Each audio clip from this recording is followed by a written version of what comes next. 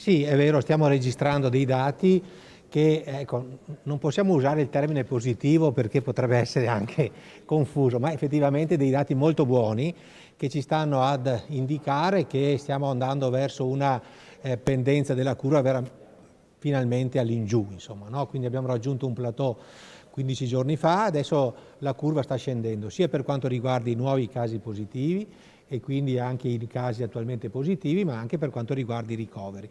Scendono un po' meno i ricoveri come andamento della curva, ma comunque scendono.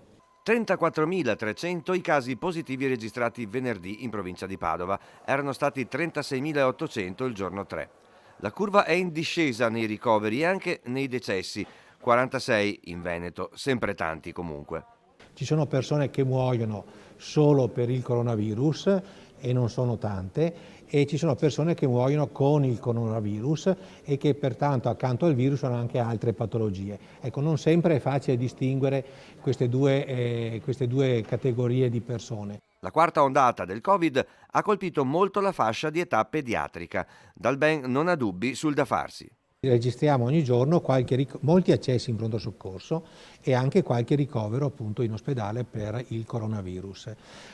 Sono situazioni che vengono per fortuna risolte clinicamente, che però bisogna stare molto attenti perché poi possono dare delle complicanze, abbiamo visto, a lungo termine anche pesanti, e quindi ritorna importante l'invito alla vaccinazione anche dei più piccoli.